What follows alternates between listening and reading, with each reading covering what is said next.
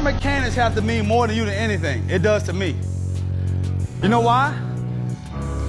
Because I was considered, at that time, a short quarterback. I had to make sure everything was clean.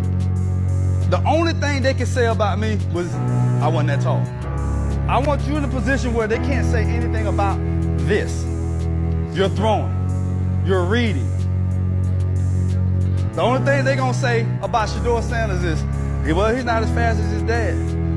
The footage didn't resurface by accident. It came back at the exact moment the conversation around Shedeur Sanders reached a turning point. Old high school clips, once overlooked, now feel predictive. Not because of highlights or flashy throws, but because of the mindset that was being reinforced long before the NFL ever entered the picture. Shedeur, honestly, and I've done a lot of quarterbacks in my career, and no one's ever 100% accurate. It's not an exact science. That's why there's so many busts.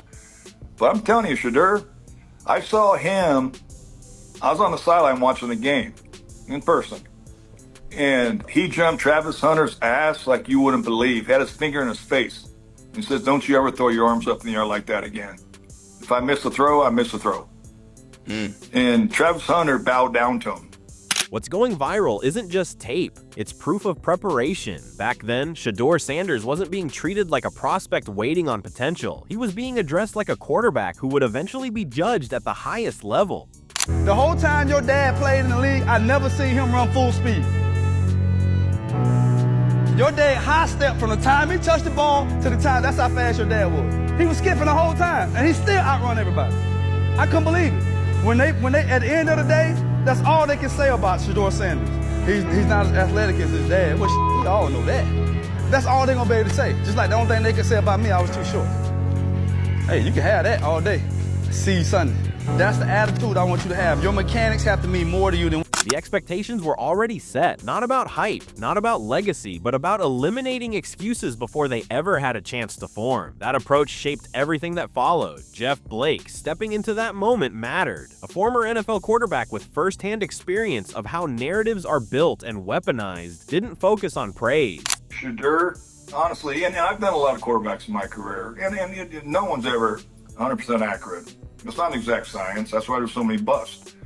But I'm telling you, Shedeur, I saw him, I was on the sideline watching the game in person, and he jumped Travis Hunter's ass like you wouldn't believe, had his finger in his face. He says, don't you ever throw your arms up in the air like that again. If I miss a throw, I miss a throw.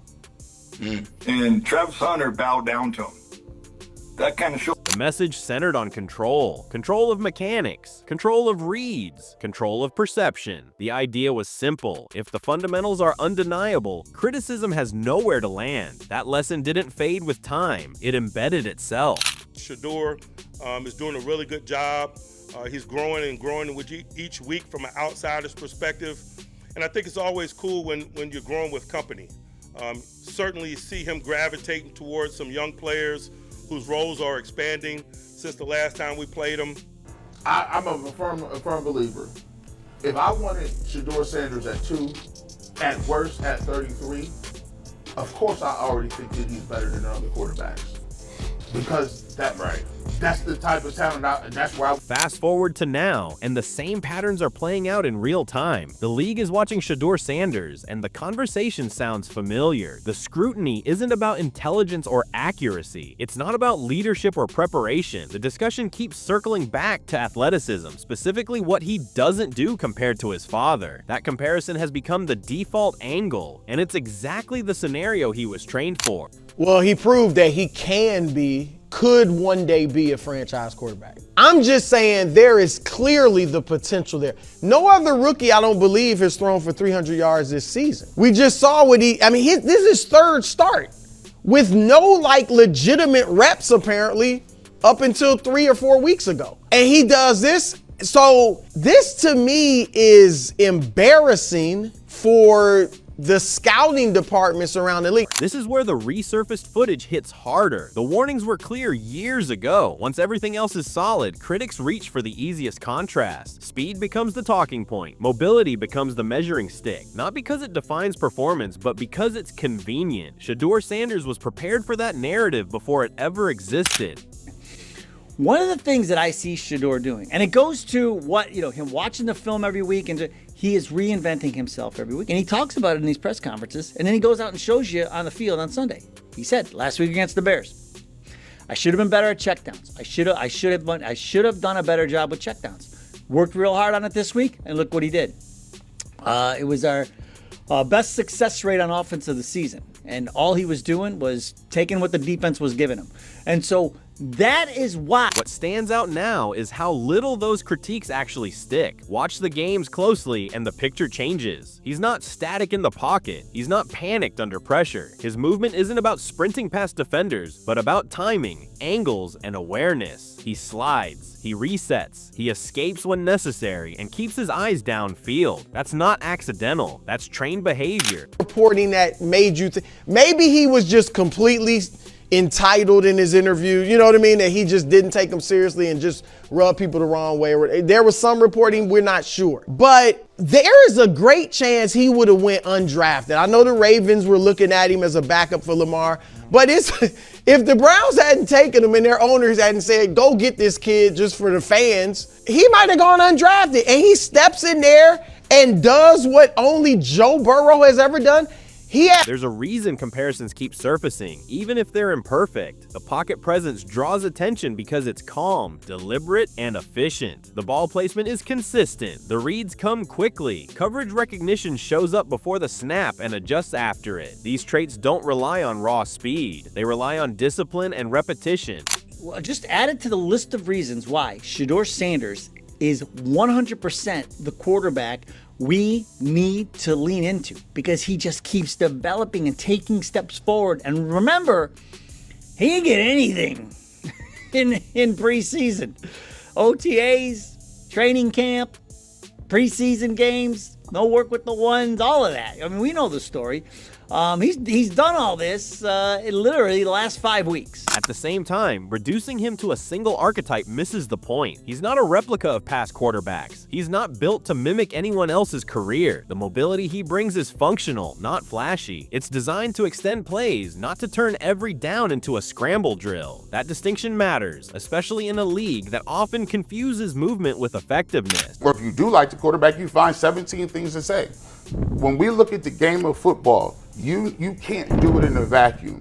Shedeur Sanders, to be the reality of it, has played, this is what, 5th or 6th game? And in those 5th or 6th games, does he have some stuff to work on? Sure, he does have some things to work on. He's a rookie. Is he going to have some mistakes? Sure.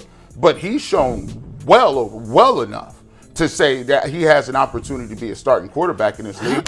What makes this moment resonate is how closely it aligns with the early guidance he received. The emphasis was never on trying to outrun expectations. It was about making sure the foundation was strong enough to withstand them. Mechanics over noise, preparation over perception. When criticism finally arrives, it lands on the one area that was always expected to be questioned. Here's the thing, guys, Shedeur's serviceable. He's been serviceable. That's as much as you could expect, given the whole chronology of what's happened since he was here. He's not losing you games. I know that this is tough to accept because we want, oh, hey, there's a franchise quarterback, open shot, we're good. I get it. I really do. Serviceable is a real win for the Browns with Shedeur, considering everything that's happened and how the developmental opportunities came about and when they were and where they were. That's why the viral footage feels less like nostalgia and more like confirmation. It shows that the current discourse isn't surprising. It was anticipated. The responses to it are measured because they were rehearsed mentally long before they were needed. This isn't a quarterback adjusting on the fly. This is someone executing a long-term blueprint. The larger takeaway isn't just about Shedeur Sanders. It's about how early mentorship shapes outcomes. When young players are spoken to with honesty instead of flattery, they develop armor. They learn how the league operates before they ever step into it. That knowledge becomes an advantage when the spotlight intensifies. Situation is, yeah, you can talk about EPA and you can talk about all that, but you also have to take in consideration that when you look at the people in front of them, that goes into it. The offensive line is the worst in the league statistically, and that's not even debatable. When you take a look at the receiving core, they get the least amount of separation. They don't catch the ball when it's open, and on top of that, you're missing most, if not all, any of your weapons. So when you look at it, a guy who's in the 5th round, who's already thrown for 360 yards in a game, but we disqualify that because it just Right now, the attention is growing. The evaluations are sharpening. Every Every performance is dissected, yet the core of his game remains steady. That steadiness traces back to moments like the one now circulating online, moments where expectations were clarified, weaknesses were acknowledged, and standards were raised without apology. So what does it say when the moments people call breakthroughs are really just confirmations of work done long ago? And if this was visible in high school, how much more is still unfolding now as the spotlight grows? Make sure you're subscribed, drop your thoughts in the comments, engage with the discussion, and stay locked in as this story continues to develop.